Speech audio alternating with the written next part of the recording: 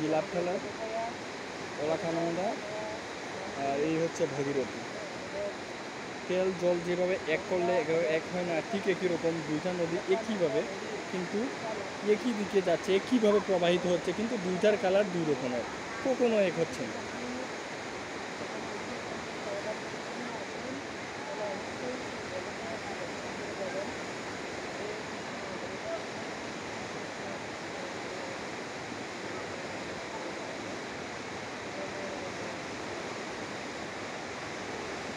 আমাদের সাথে আছেন প্রেমময় প্রভু, উনিও লাইভ করছেন। সাথে আছেন